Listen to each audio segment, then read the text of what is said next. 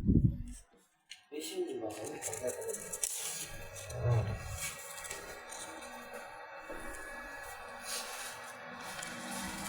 Ito pa ba?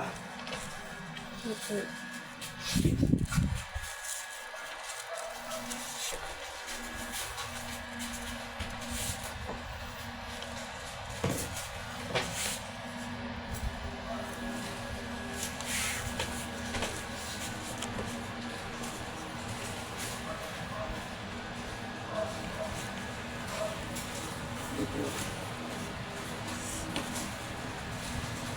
Ano ba? Saan mo ba? Ito.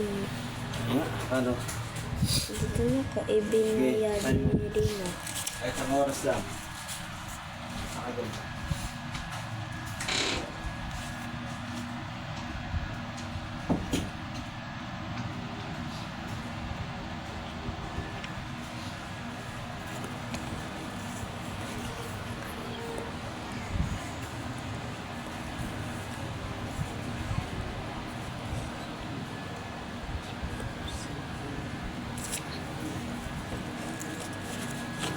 Next page na po, guys.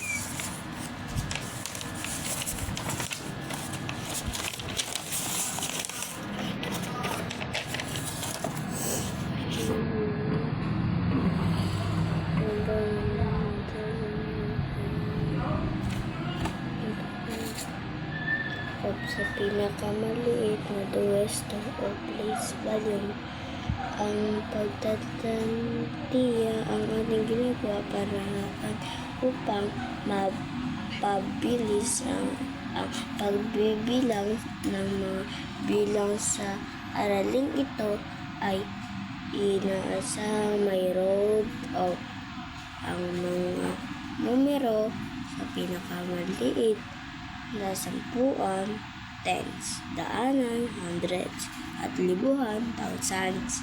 Tingnan mo ang halimbawa sa ibaba. Gamit ang number line, madali mo makita kung saan pinakamaliit.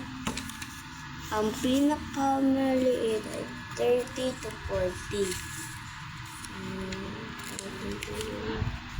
Mayroon pong universal na para sa pag-round off ng bilang tandaan ang sumusunod na hakbang. Tingnan mo rin ang halimbawa.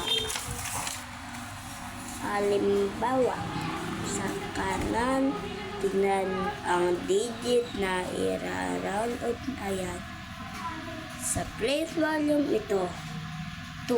Tingnan ng bilang sa kanan ng digit kung ano bilang mas malaki sa 5 ng dagat sa 1. Ang digit na place volume. Number 3. Kung ang bilang ay mababa sa 5 pang-atin ang digit 4. Pagkatapos palitan ang lahat ng digit sa kanan ng place volume ng 0.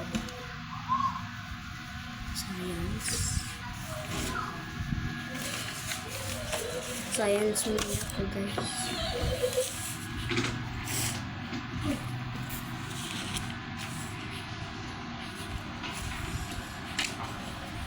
Buuin ang pangungusap, tukuyin ang maaaring pagbabago sa bawat sitwasyon, isulat sa sagutang papel. Pag-organize candy. Ang pinagkakakitaan ni Lina ngayon, makasyon ng ipon siya upang may baon sa darating na pasukan. Sa hindi inaasahang pagkakataon ay nawala ng kuryente. Kinabukasan ay binuksan niya ang freezer at nakita niyang number 2. Ang toxin kinikain ni Lord Lito dahil sa init ng panahon. ilagay niya sa freezer upang tumigas.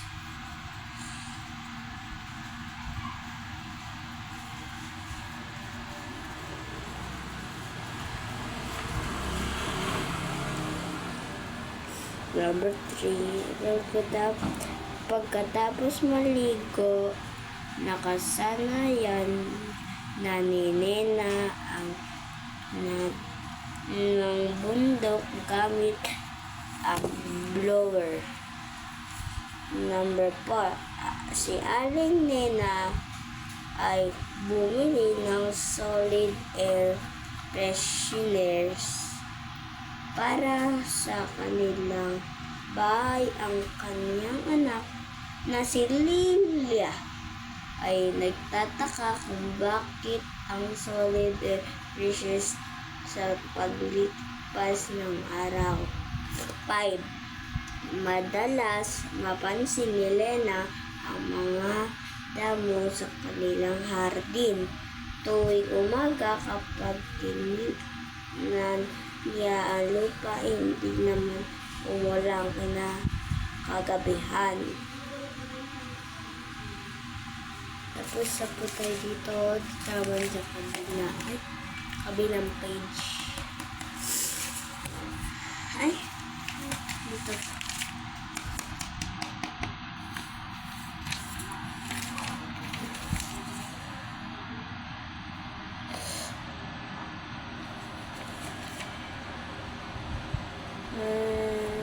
Isulat po. Ay, sorry. Isulat po.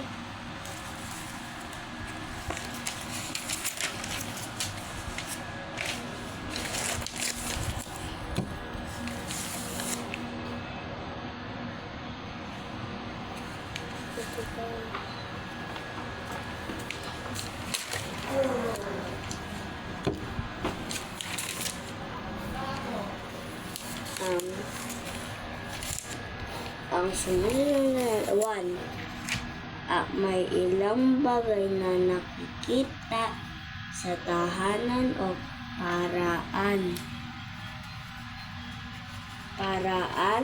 na maaaring solid, liquid o gas.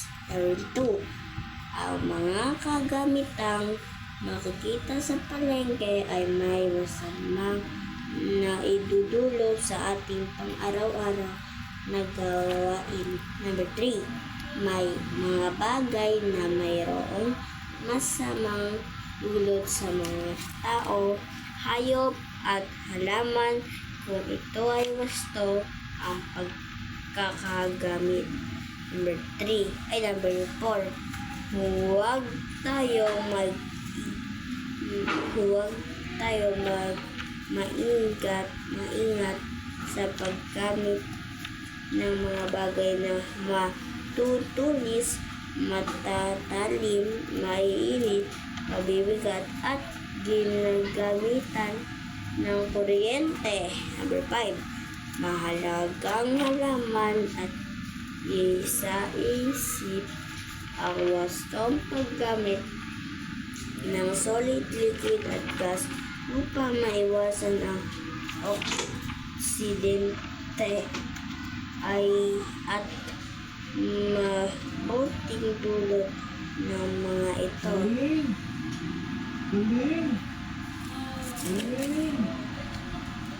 Pag-aralang mabuti ang mga larawang, isulat sa iyong kwaderno ang mga bagay na nagbabago.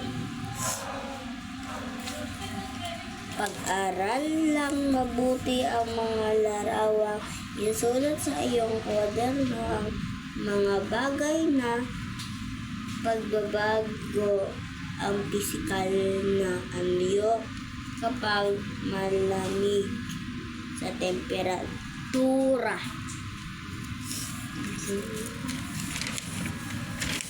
Ito.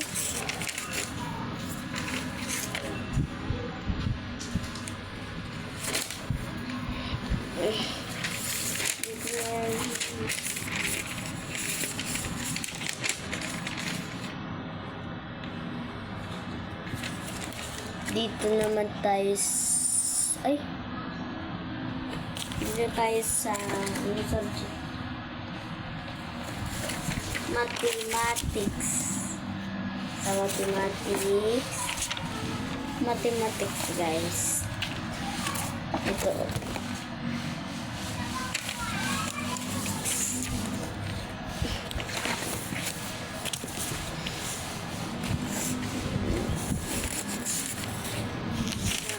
Dito, ang paghahambing ng mga bilang ay mahalagang paraan upang malaman natin ang dami o liit. Nagsisimula ang paghahambing mula kaliwa pa kanan sa digit ng bilang. Sa aralin ito, ikaw ay inaasahang maihambing ang mga bilang gamit ang simbolong less than, greater than, at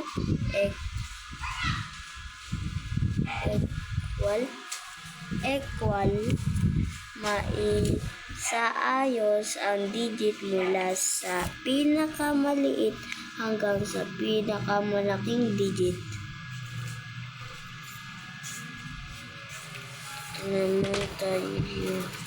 Paano naman paghahambing? Example, tingnan mo ha.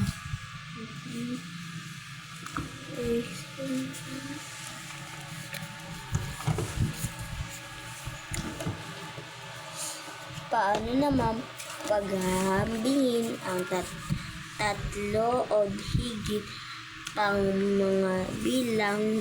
Tingnan mo ang halimbawa sa ibaba.